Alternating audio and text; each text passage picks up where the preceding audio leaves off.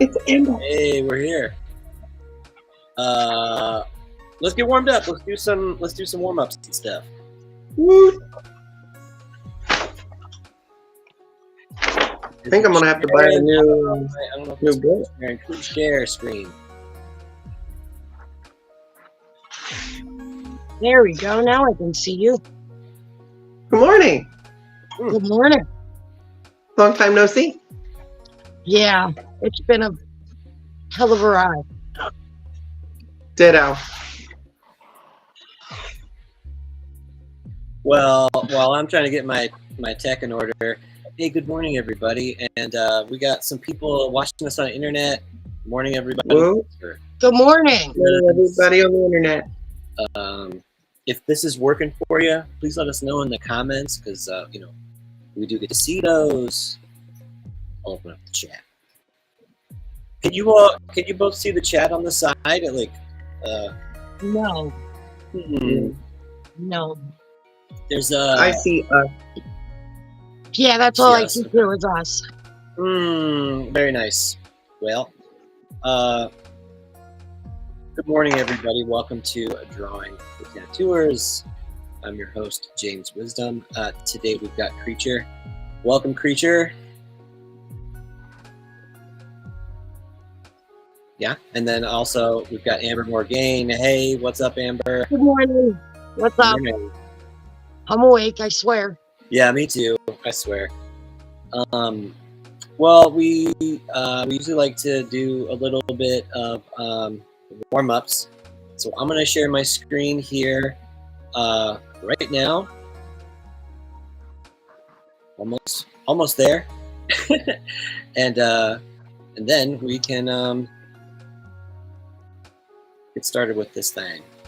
Yeah, share my screen, please. This one, share it. Got it. Did you say it was Monday? It is Monday. I love Monday. Can't you tell? Yeah, absolutely. Can you tell?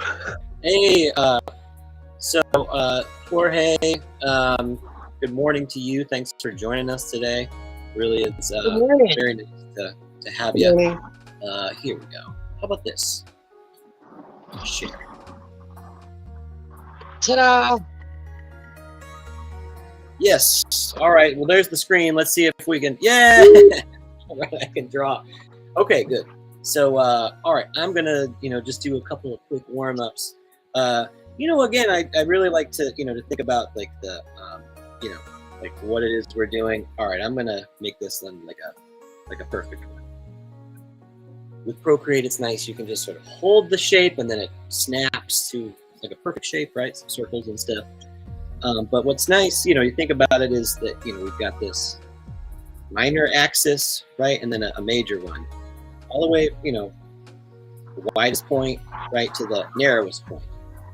Right, so major or minor. Anyway, you have to have this for the ellipse to work. But, what's kind of fun is that you can always, turn this thing, wherever you want and it will work. So just something to keep in mind as you're drawing them, as you're thinking about, like what it is that we're doing. So, all right, so I'm just going to do a few of them and get warmed up. I'm just right here. I'm just trying to like get my hands warmed up, get the blood pumping, as it were. All right, maybe you go around the track a couple times. Right? Maybe it's not perfect, but I guess I think that there's something really important about warming up the muscles. This is physical, right? So if you're going to draw, you're going to do a tattoo, whatever you're doing, it is physical. So, get the blood pumping. Yeah, and if Gabe, if you're there, tell us how to turn the chat on so everybody can see it. All right.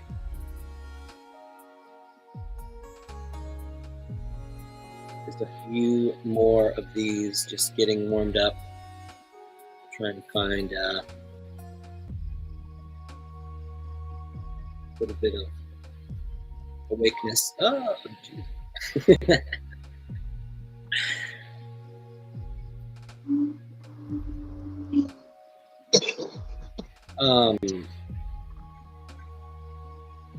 And I have been like talking about it a little bit, but like doing a little bit of warm up before you get started.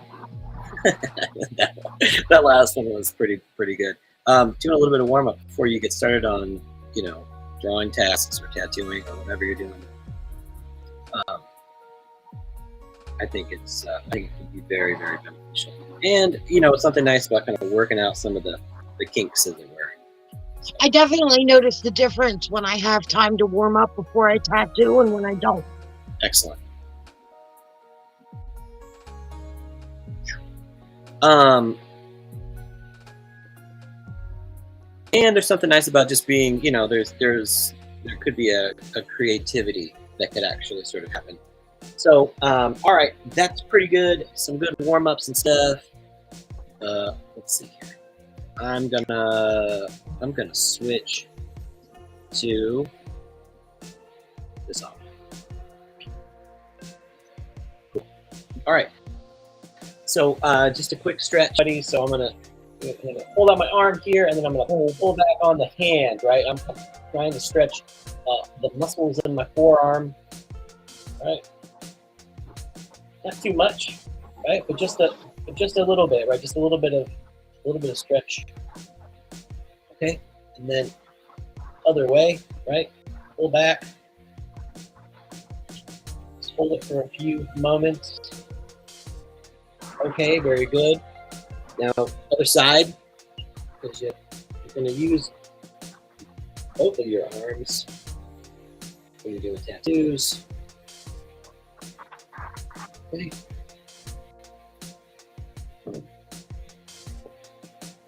Count it off.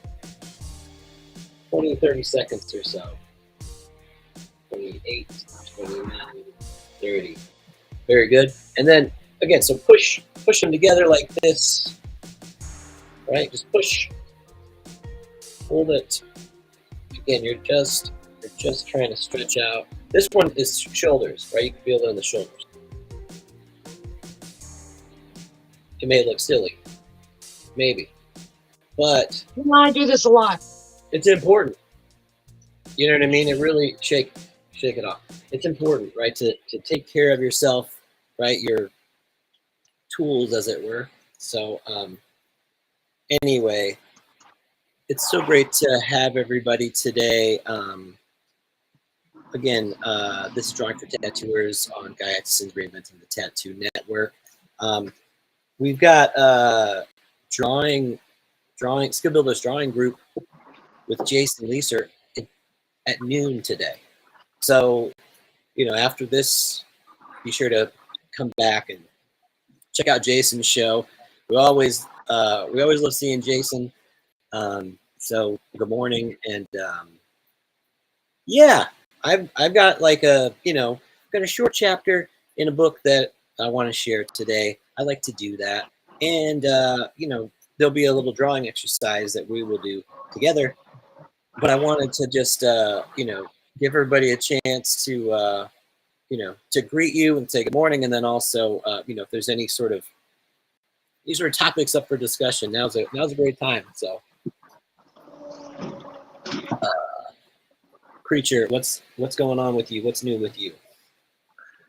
I am currently trying to get the business Creature's Cave off the ground. We're making headway. There was a few pitfalls we didn't see in the road that we're working through. I have appointments set up tomorrow. I have 6 different units to view. Some downtown, some uptown, some around town. But nonetheless, one more swing. Awesome. Well, good luck. Keep on swinging. Thank you. Almost there. Right. I think that was what we were kind of talking about off camera, and that was this idea of like you know, when you get what you want, right? It can be very, it doesn't necessarily make everything better. It might actually just be a whole nother round of challenges and difficulties, in the arduous journey, as it were. But doesn't mean we should quit.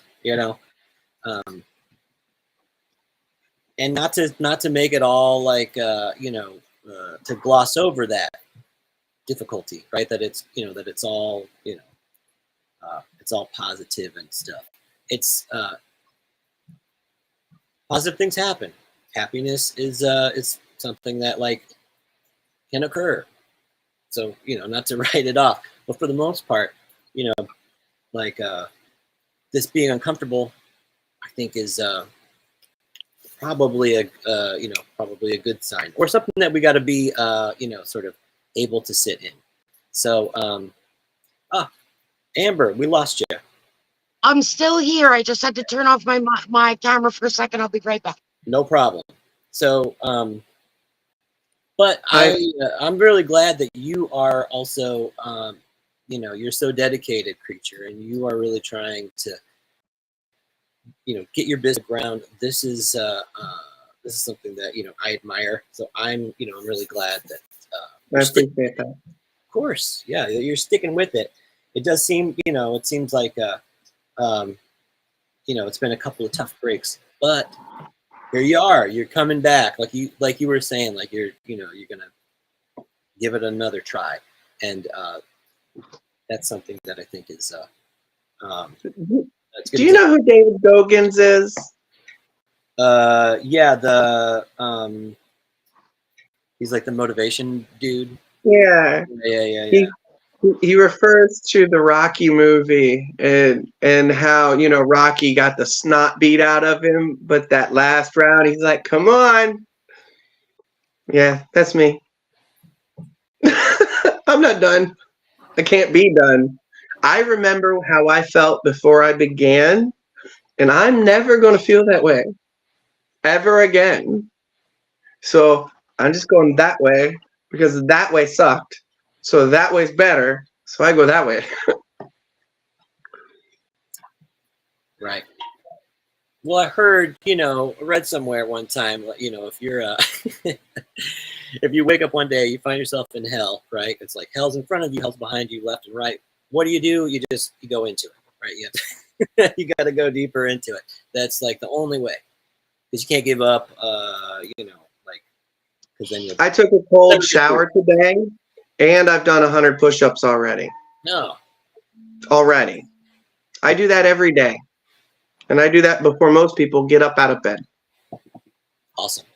No, that's awesome. Yeah, it's been cold immersion. It's January, so it's definitely cold immersion time. You just go outside and it is. I've been taking a cold shower every day for 3 years. Mm-hmm. It's great. I take cold showers too, but that's just because I'm 47 and it's the only way I can regulate my body temperature at this point. I'm older than you, Amber. I don't know how you do it. Oh, I don't enjoy it. It's a bucket full of suck every day, but that's okay. Mark Twain says, if you eat a live frog first thing in the morning every day, your life won't get worse. It'll get better. Mm-hmm. You can't do anything worse than that. Yeah, I've heard that. Eat the frog. Little fingers. I like frogs, but I like them, cooked or chirping on the plate and not looking like a frog. I tried frogs. I'm not a fan. They taste like frogs, and I don't know. Frogs smell like frogs. They taste, and I'm like, and they taste different depending on the region they live in.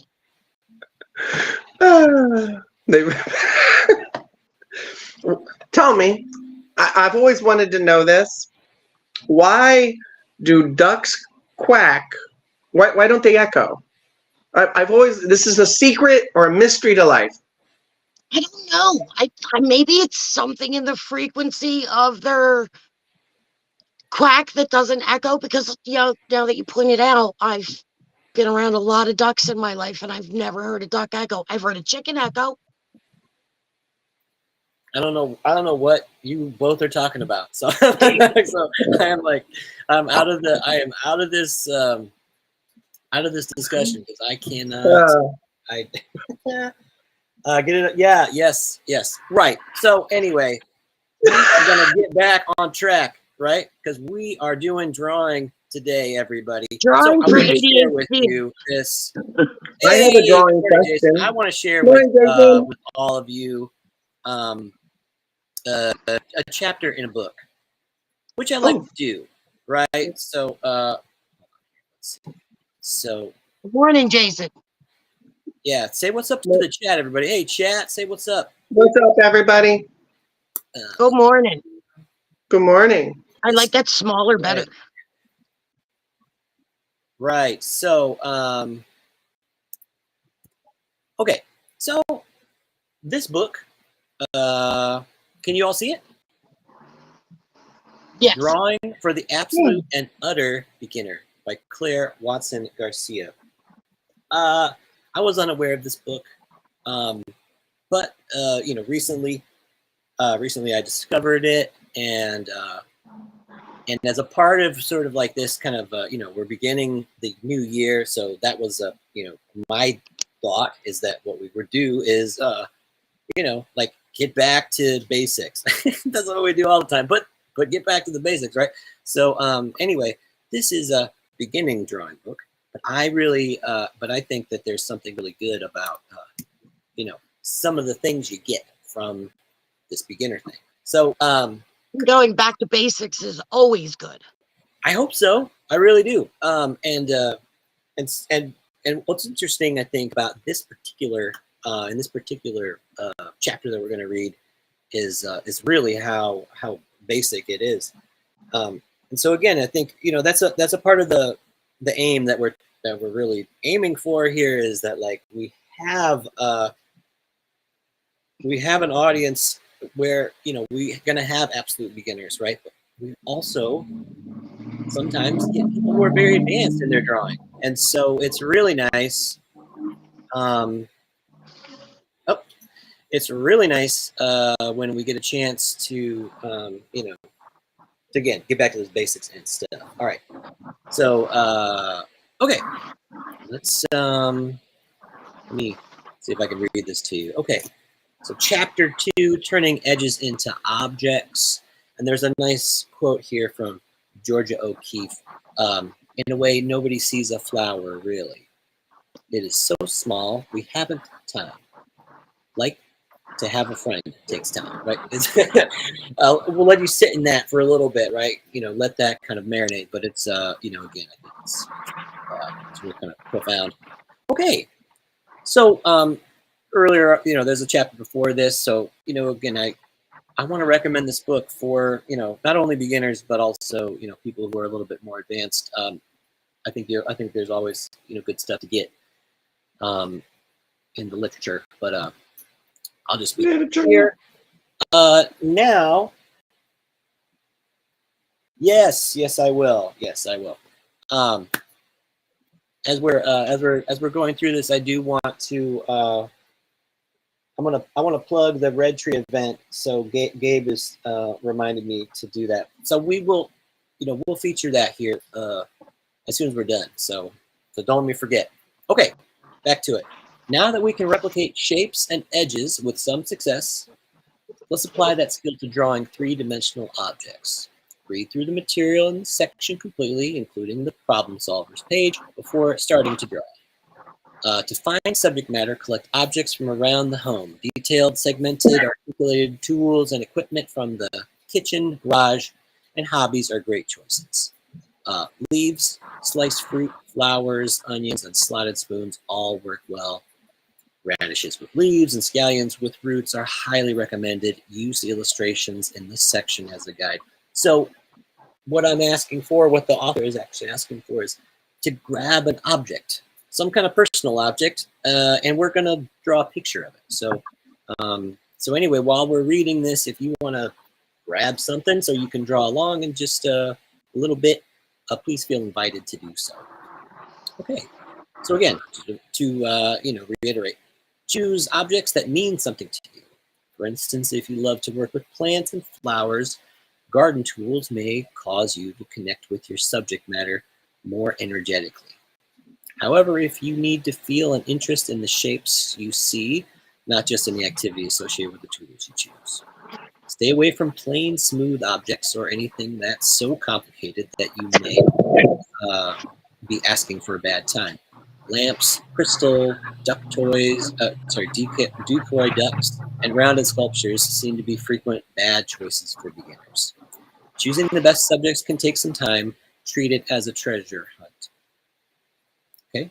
Separate your treasures into 3 categories: objects that are relatively flat, such as brushes or spatulas, and those with overlapping parts, such as scissors or eyeglasses. Those with more spatial depth, cookie cutters. The last group is the most challenging to draw, which is interesting to say, but there's reasons for that. Put one chosen object on white paper so you can see its edges more clearly. Arrange it in a way that appeals to you. We've taken to calling this your beloved in my class because the attraction should be strong. So, all right, right away, I like. There's something about this little teapot that I think is, I think it's amazing. I think it's beautiful. All right, you might be thinking that there's definitely some drawing issues that we can certainly identify, but there's something about the confidence of the line and the authenticity of it that I think is really nice. And again, we may have an aim that we want to get to this very refined and like almost photographic type of representationalism. However, there's something about the charm of drawing and having your own language, which is of course like totally connected to your own body, right? Your body makes this, these marks and so on and so forth. And so these marks that you make, they are specific to you. It's a signature, if you like. And anyway, so again, there's something about this language of drawing, and there's something about this, a connection that you have to it that I think is really, you can't really get it any other way. So anyway, let's continue with the reading. But yeah, no, it's a funny, funky drawing over here, right? But I hope you can see the charm in it as well. Okay, so to get the best results when applying your contour drawing technique to 3-dimensional objects, look carefully before drawing and sustain long lines whenever possible. Digest the edge in front of you. Don't just glance and go. Give your eyes time to move along the edge of the object you're going to draw until you truly comprehend it. Project the shape of that line from start to finish on your paper so you get a brief feel for starting point and destination. When you draw, you can follow the pattern of line you've projected. Slow, deliberate approach. Approach your chosen object as you did in Chapter 1, maintaining your contour drawing technique. Don't worry about the predictable wiggles and lack of full 3-dimensional look. And before you begin any exercises in this chapter, avoid reading while drawing, right? Focus on the drawings, is what we're saying. And you can refer to the following summary of essentials, right? Draw slowly, use continuous lines, dark, sustain your lines as long as you can, break lines when necessary, record the contours of the objects you observe. Look for long, horizontal or diagonal lines at the top of your object as a starting place. Pick a line you think you can do and or want to try. Stay with slow pressure. Don't lift your hand until it's logical to do so. Think of every edge as a wire. Nothing tentative, any edge that can be turned into a line, including a sharp edge. A solid, unequivocal black that can be used for the darker areas, right? So there's a section here just sort of, we'll look at these drawings here. Looks like teapot, right? Maybe it's some kind of squash or something. I don't know what it is. Flower or something. Maybe it's a pumpkin or whatever. Strainer, wrench. The students are talking about like why they chose these things. You're going to have your own reasons. Inside of an apple. The one was a dragon fruit, I think. Which one? This one? The first one. This is Yeah, that dragon one. fruit? Yes, please. They're yummy. They are. I will, I think that we'll accept it. Acceptable answer. Okay. Objects you find an affinity for, right? These are going to be, something that you, again, the point, and I'm sure it'll be sort of gone over again, the point is not to draw what you think something looks like, but rather to observe it carefully. And then, again, this sort of, we're just sort of translating it with our mark making, right? We're just making lines and stuff. This is sort of like before sketching, if you like. The whole point of this is just to, is to kind of to go for it. And I know that may sound funny. We do sketch a lot. I think sketching is super important. So it's not to say that we're throwing that out the window. But in this exercise, it's very similar to last week's exercise. We looked at our hands and we did this contour, almost like blind contour, or no look, right? We weren't looking at our paper. Kyle Olson was on with us last week and he did it. Harriet did one too. It was very cool. Okay, so problem solvers. This is like just about the last section of this chapter, and then we get to the drawing. Okay, to translate a three-dimensional object into a two-dimensional drawing, develop a strategy that gives you a mental visual run-through of how you'll approach the challenge. With a gesture of your hand over the surface of your paper, you can replicate the general space of your drawing that your drawing will occupy to get a preliminary feel for its general shape and dimensions. Notice how aspects of the shape connect. Look over the object, taking in its shape, deciding where you'll start and generally where you'll go. To enter the drawing, pick a long line you can follow. Take small pauses throughout as you decide your next moves. Getting lost. Line quality is highly significant in contour drawing. If you goof and get lost, don't give up. Don't point out your goof by crossing it out.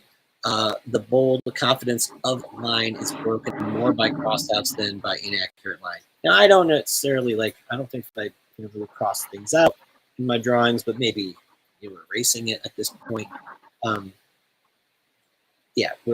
This is an exercise, right? I think that's the spirit of this, what we're talking about. So, right. So once you're finished, you'll be surprised how little mistakes will matter. What is seen at the viewing distance is different from what you see at your doing a distance, right? There's a difference between, where you're at when you're making the thing versus what it looks like when you're, looking at it, observing it. Instead of calling attention to an inconsequential slip by crossing it out, your strategy is to calmly pick up at the right place and keep going. If you are nervous about continuing, remind yourself it's only a drawing and you can always do another. Tedious relationships. Don't feel compelled to draw the same object until you get it right. This should be an ideal relationship, so just let go. If it wasn't your true beloved, right? Substitute an object that you feel better and start over with a new energy. You'll find some objects will stimulate you to work in a more focused way. Bends. Your drawings of machine-made objects won't look like they came straight out of a catalog. They'll look slightly animated, perhaps distorted. At this point, just concentrate on seeing, recording, and maintaining the contour line. You can always add more accuracy later. Difficult parts. If you see something will give you trouble, practice that portion on a scrap piece of paper until you've learned the shapes a bit. Spiral shapes like corkscrews are prime candidates. Perspective. Beginners often use the word perspective to indicate their concern with giving dimension to objects. But perspective is not an issue at this point since you won't get much spatial depth from contour drawing anyway, although you might get more than you expect. Negative space. When you draw a slotted spoon, for example, the little spaces created by the cutout slots are called the negative spaces, right? And here's like some scissors. You can kind of see the spaces where your fingers would go, right? And so we're interested in that, calling that negative space. Yeah, so check out these illustrations and see how often it's the shape of what is not there. The negative space is surrounded by what is there that adds or attracts even more interest, right? These voids inside of this, these handles are, we know what to do with them. Overlaps. Objects with overlapping parts seem to give beginners amazing powers of X-ray vision. Superman may indeed see traffic right through a highway overpass as he flies, but we need only to draw what we're able to see, not what we know is there. So we know one blade of the scissors exits under the other, but we only see part of the blade, right? So Gestalt principle, right? Continuation, you can see. It's very basic and intuitive, but this is the conceptual sort of language that we go over. Right? We can see, one side emerging from under, under the other, and thus it's like our mind tells us what's going on, right? Our imagination sort of fills in there's a gap there, but we understand it potentially, right? Same thing with these keys. We know we look at it, and the visual cues tell us that this one is in front of this one. It gives us a sense of depth, even though it's like these are very flat. Keys are very they're very they don't have a lot of depth to them, just a little bit of thickness, right? But here we can see quite a bit of depth just because there's this relationship of overlapping. And so again, these may be sort of basic, but but they are, I think, they're really interesting to think about. So so-called mistakes. If you don't get it just right, you can learn from that glitch, storing up the sight and feel manually of what you will avoid next time. Every line teaches you something about how to draw. Keep in mind that drawings rarely conform to the artist's vision. Artwork has a secret life of its own. You're in for constant surprises when drawing. You may not be able to recognize what it is in your drawing at first simply because it isn't ever quite what you anticipated. All right, reviewing your 3D drawings. When you've completed 2 or 3 objects, put your page of drawings up on the wall and study them. Right, so give yourself a bit of critique, right? Did you maintain the contour drawing technique, going over slowly, using pressure? Draw a recognizable object. Draw what you saw and not what you knew was there or thought was there. If you had some success with the above objects, even if limited, give yourself credit. You're headed in the right direction. Check in with your fellow beginners and see how they did. Pick out work you like and see if you can identify why you like it. Are there objects you enjoy looking at, not only because they are accurate or recognizable, but simply because you enjoy the shapes and the movement, right? So we've got all of these, there's similar objects, right? But there's also kind of a, this linear, they don't have this, squareness to them or whatever. They're long or whatever.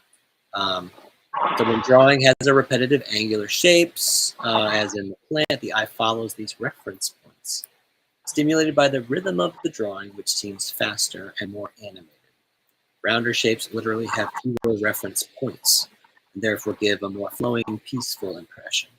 Don't be concerned if an exercise drawing runs off this page, such as the leaves at the top of the plant. As mentioned earlier, it simply means that the artist's concentration is focused on line, just as it should be. Let's take a look at that. Yep, looks like all the leaves and stuff fell off the page. This is something we would talk about in in life drawing quite a bit. Like if you're trying to draw a figure and the foot is going to fall off the page, right? You didn't, there's not enough room. Don't try to squeeze it in there. Instead, let it sort of be cropped out. This is often considered to be a better sort of approach, and probably more, practicing your observation rather than just sort of like pure imaginative sort of what you think is there.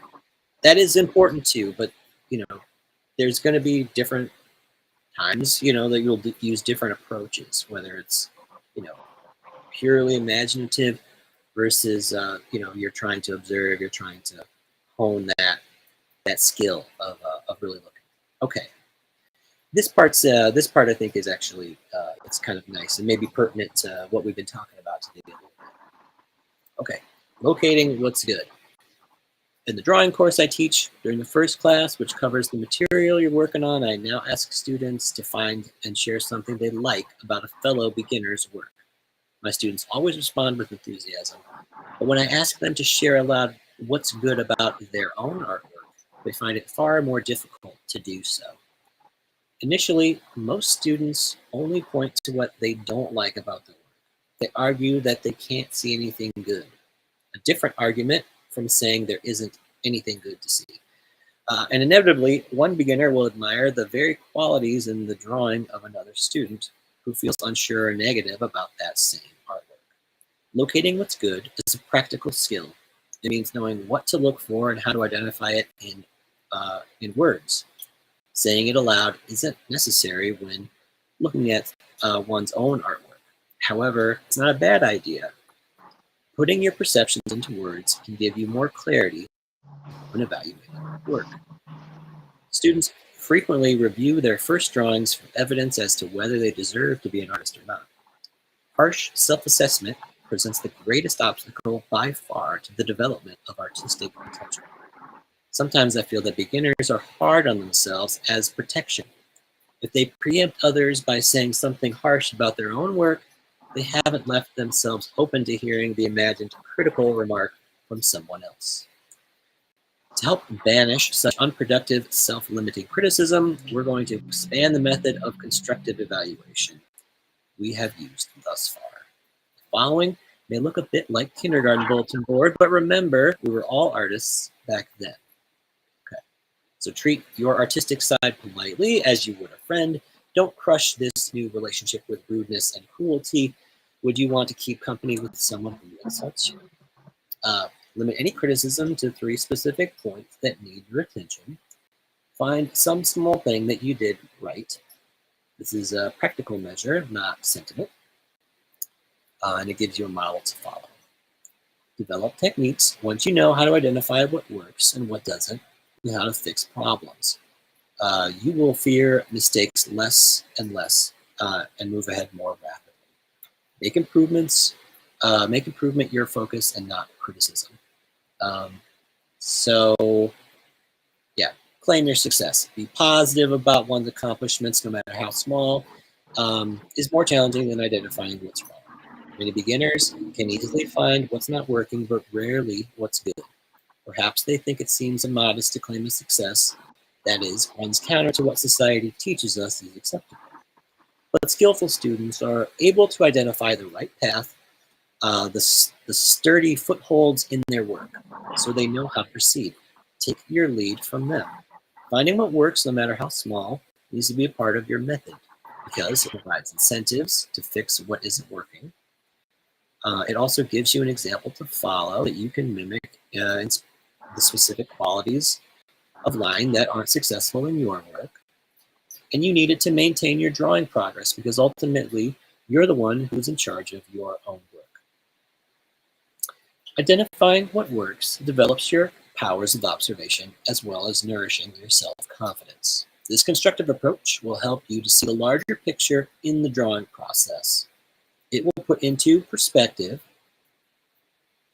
those imperfect results that are bound to occur as you learn skills you've never had before.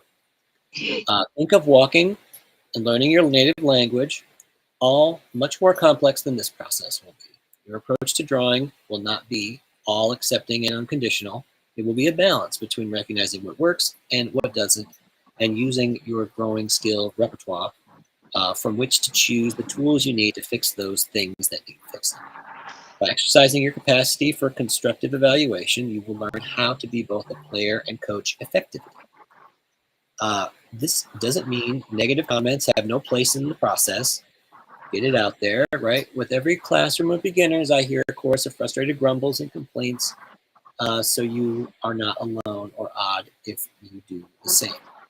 By all means, moan and groan if any particular level of frustration gets to you. However, practicing the constructive approach will help you get back on the horse, as it were, and keep moving ahead. Complaining and learning to be a constructive critic are both integral parts of learning how to draw. Your drawing experience now, you may have had the experience of locking into a particular object, committing intense energy and interest to exploring the shape and line you saw. You may have felt unaware of time passing by. This type of experience, almost like being mesmerized by what you see, usually yields strong interest in work. The objects you've drawn may be distorted, slightly out of proportion as compared with the originals, but it's just that quality that gives them character. That may actually turn the inanimate object into animated characters. If there is more than one image on a page of your drawing pad, those characters may seem to be emotionally charged, an emotionally charged relationship, right? Just through proximity, right? These objects are close at hand, and thus they, you have to associate them with one another. So,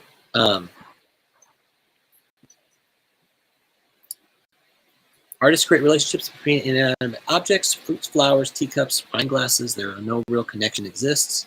Artists project their own human vitality into landscapes and still lifes as well as pure abstract shapes. You may see evidence of this creative vitality in the animation of your own objects. The distortion isn't a mistake, it's a gift. In a classroom full of beginners or artists at any level, each person will draw the same objects differently, though recognizably. By now, you may see some evidence of your own innate aesthetic, that unique and automatic preference for a certain scale, shape, rhythm, something very central to your individuality. It's already there. You just need to learn how to let it show in a more fully realized manner. And so,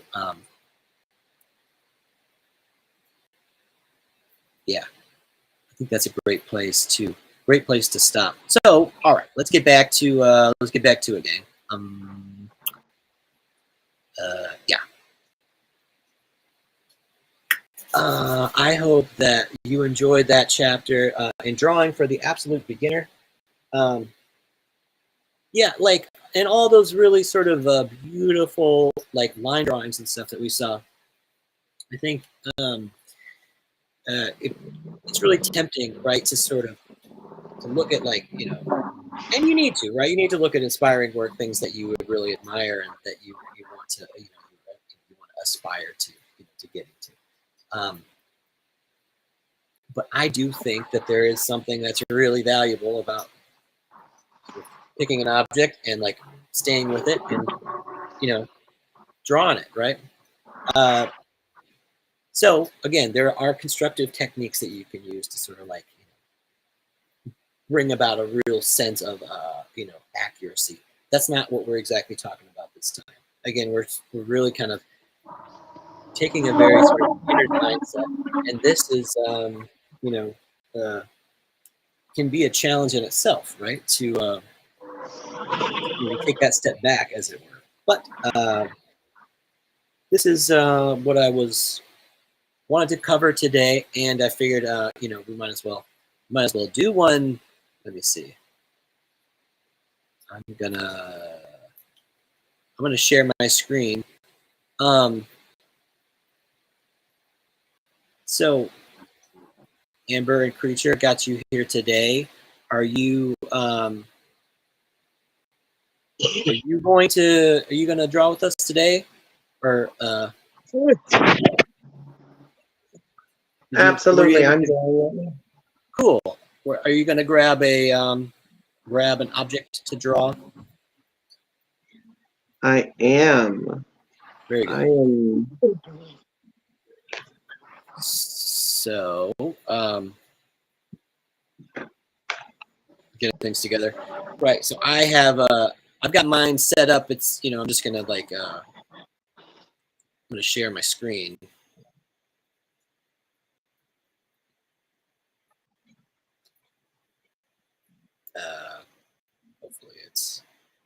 Ugh.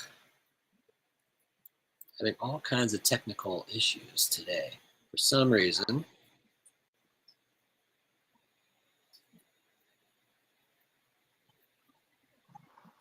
Let's see if it's working yet. Yeah, cool. Okay. Yeah. So there's I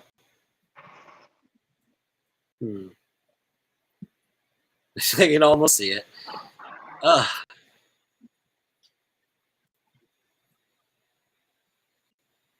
Working the bugs out, everybody. Share, you gonna work? That's all right. Maybe. Huh. Give me a break. Let's try. I will try again. We'll try it one more time. But while I am doing this, while I'm messing around, right?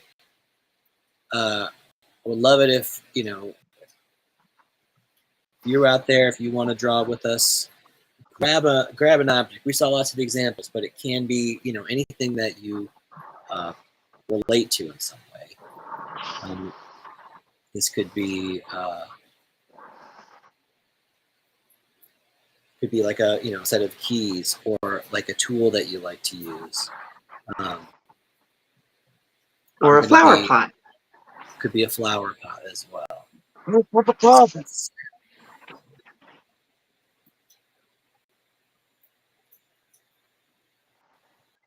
Share it. Let's see if it works.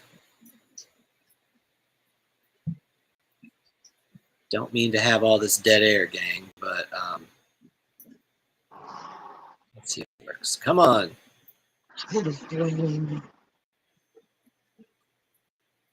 Hey, now you can see my object, right? This glove. Is that from the OJ case? What's that? Is that from the OJ case? Too soon? No. I don't think it's too soon, but this one is my. I've had control of this glove the whole time, and that was a pair. That was a pair from those famous gloves. So so instead of those, I have my own glove. So because it's winter time. It's winter time right now, and I've been wearing gloves, and it's been it was so bitter cold. I was like shoveling the snow, and I had to take my gloves off for a minute, and I'm like trying to use my keys, and it's like almost I was thinking about doing a set of keys, but yeah, they've been on my mind, and it's like when you became so aware of my myself, because it was so bitter cold, right? It was like you felt the. How cold did it get where you guys are? It was below zero. So okay, I know that other people get worse than that. Or no, we hit the 30s, and I was like, I'm done. Yeah, we got below zero for sure. So yeah, you gotta take care. All right. So what's that? Point the cameras. Well, if you all feel free to point your cameras at your artwork if you can. If you can't, no big deal. But we're trying to work that out. It'd be so nice if we could all share our drawing working. But all right. So again, the whole point here is like we're not sketching. We're just trying to find this contour shape. So it may or may not be the most beautiful thing, but we'll let's go with it. Okay. So I'm looking for this long horizontal sort of line to begin with. I'm going to start here at the top. I'm going to start with this thumb part, and go back to the back. Already seemed out of proportion, but I think there's kind of a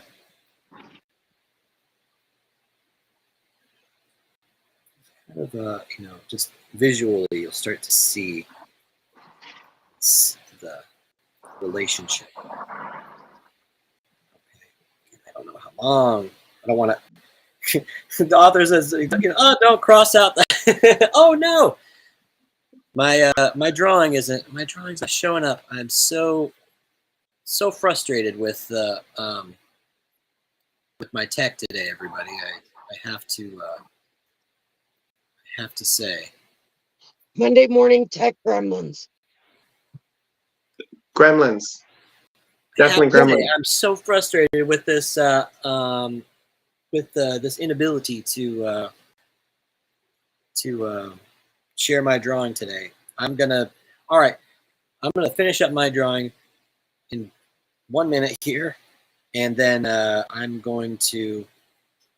share it, and if it'll be a short drawing day today, but this is the exercise that we're trying to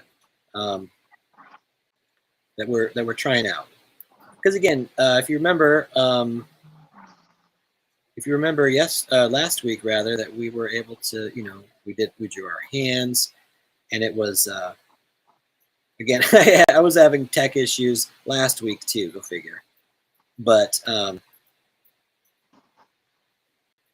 yeah, I think that looks pretty good. And so again, just try to avoid sketching this one. Right? That's definitely what we're going to cover next week. Sketching and stuff. But this week we're thinking about contour line. Line quality is certainly something that you can keep in mind as well. So, all right, I think that I am done with my drawing. Let me see if I can show it, and then let's see if we can show this thing. No, I don't think so.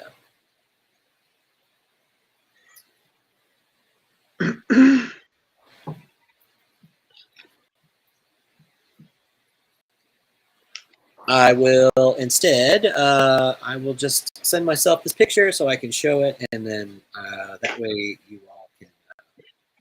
There's always a workaround. There's a workaround, right? We will, I'm going to share this. I want to share it with you just to show you where I got. Airdrop it to me, please. Here comes. I heard it.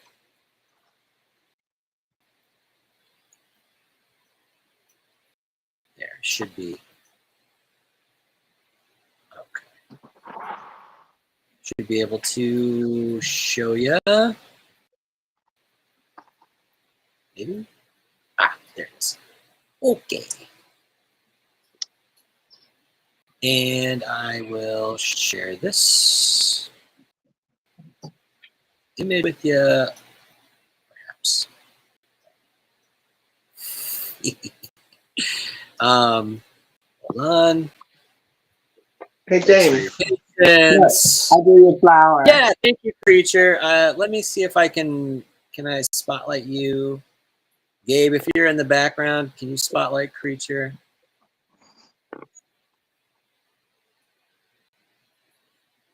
It's okay. They can see it. It looks great. Yeah, hopefully y'all can see it. I like the pot too. Oh, Yeah, thank you. I do also. Oh, spotlighting me instead. There we go. There we Can go. you turn I like your the camera? face. Can you turn your camera for a moment, Creature? It's like we're in landscape. It's in portrait mode. You need to be in landscape. I don't know why it changed. Yeah. Well, it didn't change back, but yes, thank you for showing it. Nice. Oh yeah, that's better. Yeah, better very angle. nice. That's my style. Good drawing there. Appreciate that. Thank you. Thank you for letting me share. mine. Dude. Amber, let's see if we can check Go yours and out. see Amber. Come on. It's really Almost. crude. I just kind of did the one Digitize. line thing. Wait, there it is. Can you There see it it? is. Yeah, it just like kind of came into resolution just now. Yeah, cool. Oh, A little bit. Nice. it's the only thing I could find around me that I had any emotional connection to was my coffee. Very, very nice. All right, so I'll turn my screen around. Hopefully y'all can see it. There's mine. Yeah, that's great. Oh, there you go.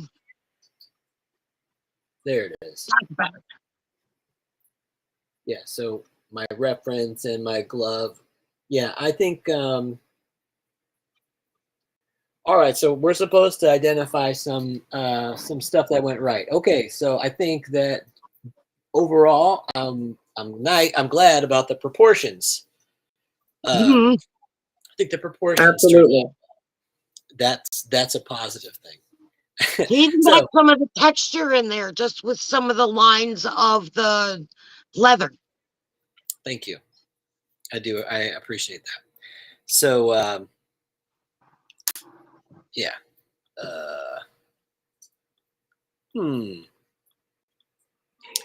Yes. I tend to have an issue with my line weight and I my foreground and my background kind of get muddled from that. And so I appreciate this exercise today. So pick out a positive thing. That was the whole there was a whole section on like like you got to accept this I did something well part. Like so what is it in there that you think, in your drawing that you think went well? I put a smiley face on my flower. Okay. It's yeah, we are taking small steps today, everybody. That's right. It is tough to be like, what I mean? Like sometimes I think there's something about it that's a real turnoff. People are arrogant. They're like, my drawings are so good. I mean, just as an example, they might sort of say that they're so good at something, or be conceited in some way. And so that's not what we're talking about. Instead, we are talking about trying really, to actually be authentic and say, all right, this is okay. You know what I mean? To withhold being ultra critical and to be, Be humble, not self-deprecating. yeah, yeah, exactly. It's tough. I think it is tough because it's defensive, right? Ultimately, it's defensive to be so hypercritical that it's, you're foreclosing the capacity for somebody to actually critique you, right? If you are just like ultra tough, you know what I mean, harsher than you ought to. Mm. You are in that way. You're being, you are sort of cutting off the ability to hear anything that's going to be, potentially critical, and that could benefit you ultimately. That's the point of it. That should be the spirit of of giving critique, right? And so again, I would say that this show today, great big success because we were able to, go live. we had a couple of great friends join us today, right? And then also, we've got people watching us live. People watch this after the fact. I am, the quality of our artwork is not a direct reflection of who we are as people. Thank you, Kyle. I appreciate that. I do appreciate that, and that's also very wise. Oh, Christopher, nice tattoo. What I needed. Thank you, Christopher. That's really, really cool that you enjoyed it, and I do hope that it's, again, we're relating to each other on this level, right? Like, hopefully you do feel, new reading material. Thank you, Kyle. Hopefully you do feel like there's that you're always beginning, right? You're always sort of like, you're working through this stuff because, like I've heard it said this way too. Like, if you've got it all figured out, then, what are you doing here? You don't need to work on it anymore. If you got it, then what's the point of doing it at all? So, and again, I don't know if, I would say, I don't know if I would, say that like this is certainly not the only approach, but I do think there's something humbling and then also something that I think is insightful about, doing this sort of thing. So anyway, I really appreciate all of you coming today and putting yourself out there and participating. We want to talk about the Red Tree event and with us this morning we got Gabe. Gabe. Ready to go. Hi, Gabe. Period. Well, tell us a little bit. Tell us some details about it, Gabe, because I'm so interested. I can't wait for this Red Tree drawing Oh. event. I don't think we can hear Oh, I you. can't hear you. We can't hear you. No. Well, I know that it's going to be it's going to be after Hell City, right? So if you're going to Hell City, go to Hell City, and then I believe it's I'm going to Hell City. I believe it's a week or two after that. Is that right, Gabe? I wish I had the details in front of me. But it's going to be an amazing. There we go. That's right. Perfect. There we go. Thank you. Okay, so as you can see here, you go to Tattoo Now for all this information about what's coming up, what's on the Tattoo Now schedule. Hell City, 5/17. So what is that? May 17. That's 5. Yep. So May 17th through May 19th. That's Hell City, and that's going to be in Columbus, Ohio. Right. So, right. How you can hear me? Now we can hear Yeah, you. good morning. I was going to Morning. say I'm not really even here today. But I yeah, know. it's No, I know exciting you're to, not here. Have the figure drawing, right? So you're going to be bringing figure drawing back. Yes. That's Yeah. our Well, not plan.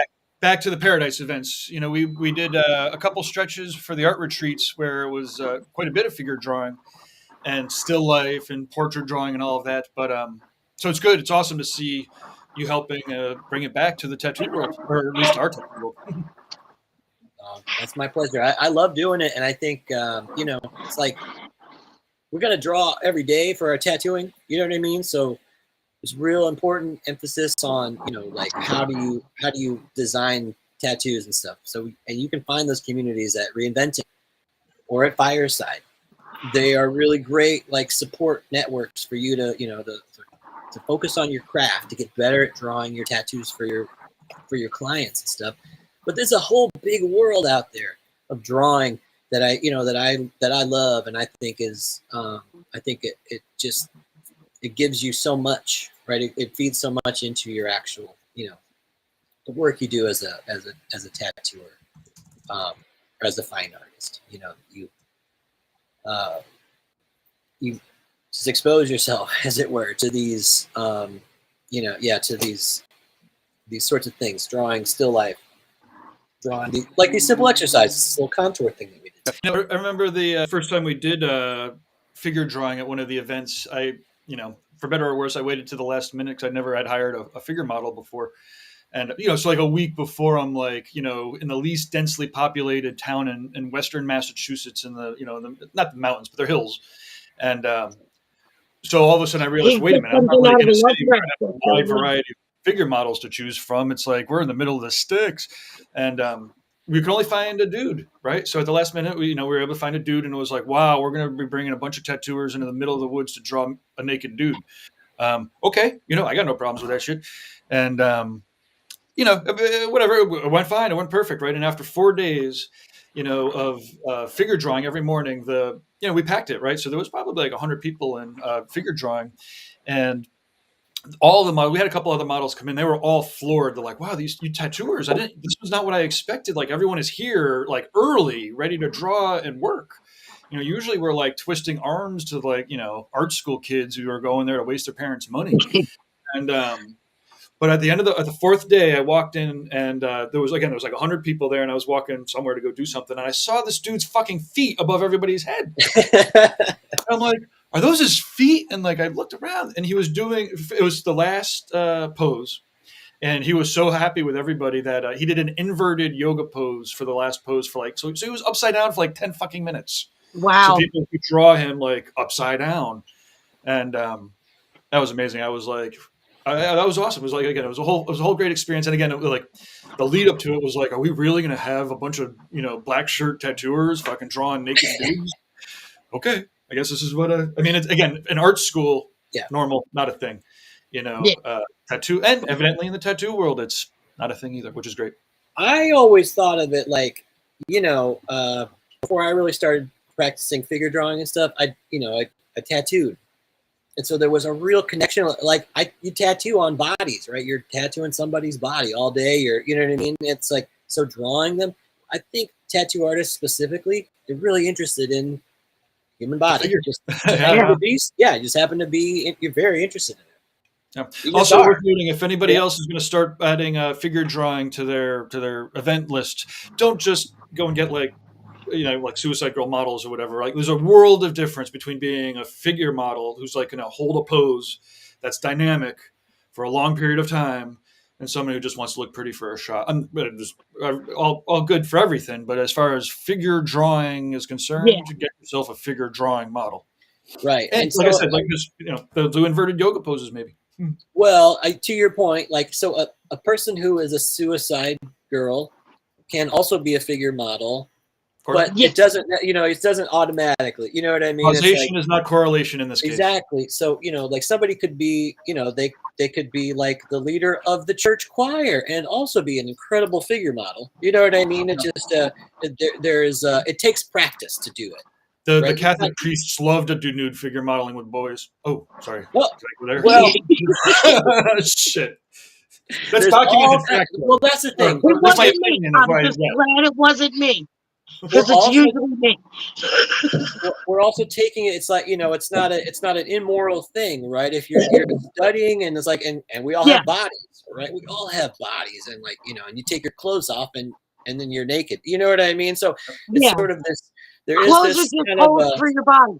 We are hung up on so many things. It's true, but for society, I'm all for it. Hire ugly figure models. Yeah, I bought this body from Elon Musk, so I didn't come with any flaws.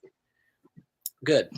Yeah, no, that's good to say. Well, I think it's good advice to hire a qualified professional to do the to do the thing you want. So hire a great tattooer to do your tattoo, right? Hire a tax professional to help you with your taxes. Yeah. And hire like someone with a little bit of experience to don't hire a tattoo artist to do your taxes. I wouldn't. I don't think I would. We're doing our own taxes. But James, do you want to plug your tax guy? Because you're using some tax people that are dedicated. I do have some tax guys. Let me see if I can. Can plug Ryan too. I don't know who that is. Oh, Ryan Roy. Yeah, Ryan. I love Ryan Roy. He's very. But he's not going to do your taxes. Right. No. But he will help you take your 10% and put it into retirement. Take your 10% and put it into your shit fund. And that stuff's great. I just need to. I gotta like. How do you? I don't know how you do that if you're living check by check. It's like I don't have 10% half the time. I'm fucking trying to come up with my last week's fucking bill money. But right. But tattooers, you guys make money. Take 10%, put it here, 10%, put it there, and then only spend what's left over. It's great. The tax guys, I remember when I was talking to them, I was like, this is amazing. Now I have a tax guy. And a week later, they got back to me and they were like, we appreciate it, but you're not a tattooer. And I'm like, do you know how many fucking tattooers I know? I could get you 100 clients in like 3 months. And they're like, yeah, but you're not a tattooer. You're like, doing complicated computer stuff. I'm like, oh, right. Okay. They only work with tattooers. So freedmantax.com, they specialize in working, with tattoo artists specifically, right? And so piercers, you're out of luck. Right. No, I don't know if they would or not. I really don't. My guess is that they're just just tattooing because maybe it's close enough, but anyways. Yeah. So it's so anyway, come check out Friedman Tax. Jason and Steven Friedman, they're brothers. They do financial advising. They've got. Oh, they do. They also work with piercers. It's right here on the site. Oh, okay, they do. Yeah, so they do. So, but just not computer people. They will talk. They will advise you on taxes and then also on business planning and stuff. For your studio, right? And they also, so for individual artists and stuff, they will help advise you for keep your taxes, under control. That manage. way you can. I don't know. It's good to have an advisor. It's good to have somebody in your corner that understands Oh, what it is that you're. it's almost essential. It's like going to court without a lawyer, and I know because the third time I went to court without a lawyer and got my ass kicked, I was like, why do I fucking keep doing this? Like, if you're going to do your taxes, you should have an expert help you with your taxes. Right. Yeah, I hired an accountant. Yeah. I draw pictures on people. That's what accountants and lawyers are for. Yeah. Yep. Yeah, for sure. Well, I think this has been fantastic, and can't wait for the Red Tree event again. You can find out more at the Tattoo Now website. Scroll down, and you can definitely check it Not out. that much more yet. I'm working with Durb and Rember today to finalize the schedule so we can start selling tickets at the end of the week. Amazing. Yeah, amazing. So, And Paradise is now officially up and running, tattoogathering.com, which means we'll start plugging more guests into these, right? So I'll be having the guest lineup for these shows will start to flesh out a little bit in the next couple months. Nice. Sweet. Yeah, I was like, yeah, that. I wanted to, why don't we show it real quick? Let's see if we can, Yeah, I got it. okay, all right. It's tattoogathering.com, and actually I've been working on the sweatshirts. Oh, my screen share? Well, I Oh, I want just a need to sweatshirt. the new artwork is fucking awesome. Jake did so this is the new site, October 24th to the 27th. And can you see this artwork? Yeah, that's cool. Pretty awesome job with the new art. So we're gonna put this on sweatshirts. So I believe that the early bird special includes a sweatshirt. I need to make the sweatshirt, put it up so if people actually buy it. But it's all here. We've got new sponsors coming on. We have a scholarship fund that there'll be forms going up to both donate to the scholarship fund, but also to apply for it. And I believe we've got a Coalition Tattoo is going to match donations up to $10,000. So Wow. if there's companies that are interested in helping support younger tattooers that can't quite afford to get to Paradise, the scholarship fund will be a way for us to help facilitate people doing that for younger tattooers and apprentice wannabes. And pretty exciting. Awesome. This year we last year went off really well. It was coming back from I had a business reset a couple of years ago, and then we had COVID, and then we did a couple of events during COVID. And this last Paradise, we did a full gathering again with tattooing and everything, and it was great. Paid off the credit card bills from the previous COVID events. So we're starting at square one with new sponsors, with a scholarship fund, and it's still January, so I might be able to get the schedule finished and the floor plan done by February or March, which would give us like 6 or 7 months to promote it fully. So wicked excited about the new tattoo gathering coming up. Well, I went to a few conventions last year, and each one was terrific. But Paradise was definitely a unique experience. So much education, and really just a lot of I felt a lot of people say this, but I really felt more kind of like charged. Afterward, I felt like recharged. I felt like excited to get back to work, to doing work. And painting paintings and drawing drawings and doing tattoos and stuff.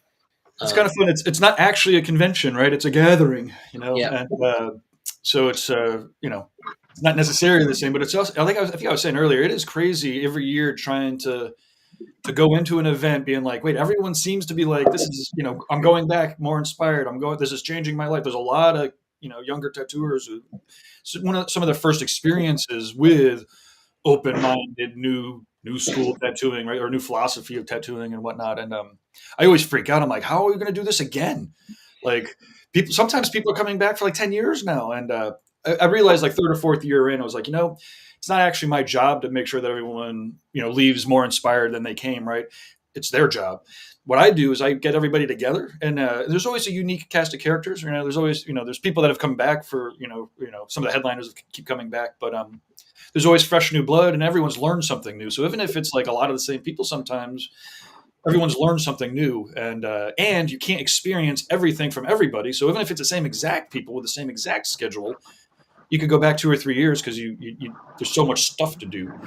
And yeah, anyways, thanks for coming and for contributing and for doing these shows every Monday and yeah, and helping me plug this for 15 minutes without an invitation. No, I mean, I think that's you know, like it's these live things. You know what I mean? It's like having the shows that are asynchronous, and you know, we're all, you know, you can go back and watch stuff, especially, you know, if it was like there was something that you missed or something you want to repeat, like you can do that. But going live and being there in person with other people, like in a real space,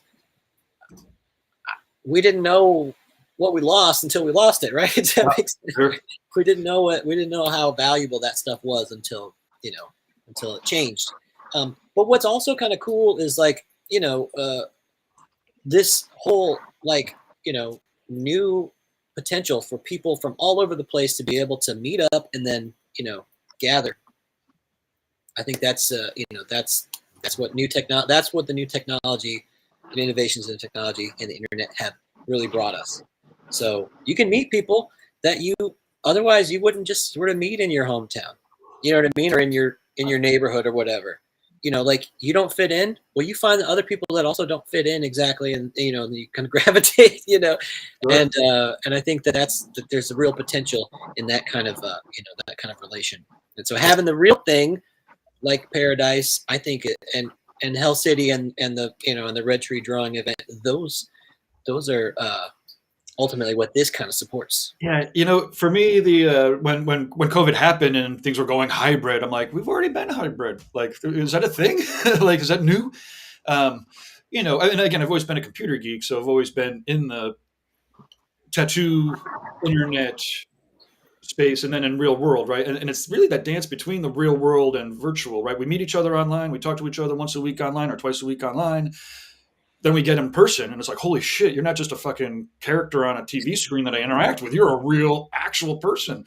And I know a lot about you already, like you're, you know, and then you strengthen those relationships. And then all the people that just watch that show up, they get to say hi, you know, and of course it's always weird for us because we're not reality TV people and the audience size is much smaller, but people watch this stuff. You go to an event and they're like, oh, I saw you. And then when you go back online, it's a whole different round, right? It's like, instead of just being that weird character that we never actually met, it's like, oh, that's James, the guy that, you know, we did this stuff with and had experiences with. And yeah, I don't know. Anyways, so for me, it's like that swashing, the tides going back and forth, the dance. I guess I don't dance, so I hate use. I don't. Point is, the dance back and forth between the virtual world and the real world is awesome. And yeah, it's always a pleasure to meet people in person. Oh. Although that said, there's only 3 times I'm going to meet people this year because I still haven't caught the bug and I'm not planning on it. Well, yeah, I'm rooting for you. I'm rooting for you. So don't take offense if I only talk to you for 3 minutes at a time.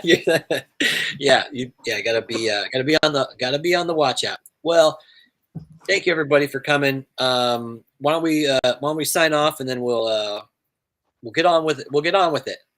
Right. So and then we'll meet back at noon for Jason's. We're going to be back at noon for Jason's Right. skill building Mondays. So, We love Jason. yes, Creature. Where can we find you? If we want to find you, Creatures Cave everywhere with the K. You know, Creature with the K. Absolutely. appreciate everybody. Thank you for doing all of this. I learn a lot every week. Well, we appreciate you coming on, Creature. It's great to see you, and thanks for sharing. You know, like your outlook on stuff, right? Like you were saying, you know, you're gonna give it another try, and so I'm, you know, we're all rooting for you. So yeah, I'm doing my best over here. Cool, great to see you. Fingers crossed. Amber, where can we find you if we want to contact you? You can find me everywhere on social media under Amber Morgaine. And if you wander into a dark forest under the moonlight and call my name 3 times, I might show up. Okay. All right. Well, we'll try that. Maybe we'll stream it. You know what I mean? And see how it goes. And real world event. So it was great to see you, Amber. Thank you for coming today. And you too. I'm glad I was able to make it. Things were a little crazy at the beginning of the year, but they've calmed down. And this is always a great way to start my week for art because I'm warming up. I'm starting right away. It keeps my mind on what I got to do. Thank you so much. Appreciate it. Hopefully, we'll see you next week. Oh, Kyle Olson, love you guys. Yeah, love you too, Kyle. Hey, We'll Kyle. catch you next time, I'm sure. Gabe, where can we learn more about Tattoo Now? TattooNow.com and TattooGathering.com. And ReinventingTheTattoo.com and FiresideTattoo.com. But yeah, you can do a search for Gabe Ripley. Just don't believe everything you read. The Ghost in the Machine. Ghost in the Tattoo Machine. Get that domain now. Okay, so Really. I got it. Hey, you know what else? You know what other domain I got? No, what is it? It's a fucking 2-word domain. PerfectClientele.com.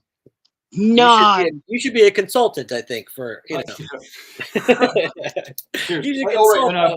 Fractional executive for tattooers. So if you want an executive level, but I still swear and smoke weed, but I'm an executive level functioning person for tattooers. Wait, I thought that was a prerequisite. Yeah, are they boxes you have to check? Yeah. Well, I work best with people that check all the boxes. Yes, so it's legal in Ohio now. It's legal in Jersey. Woo! Woo! I think, to each their own. But Gabe, thank you so much for everything you do behind the scenes. And yeah,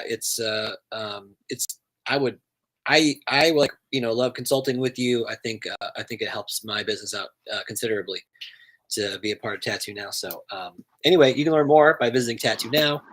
Of course, the tattoogathering.com, or is it just tattoogathering.com, right? Tattoogathering.com, yeah. Tattoogathering.com if you want to learn more about the Paradise Retreat, Reinventing the Tattoo, Fireside Tattoo. You can there's a big community out here, so I'll be sure to check it out. Again, want to thank Guy.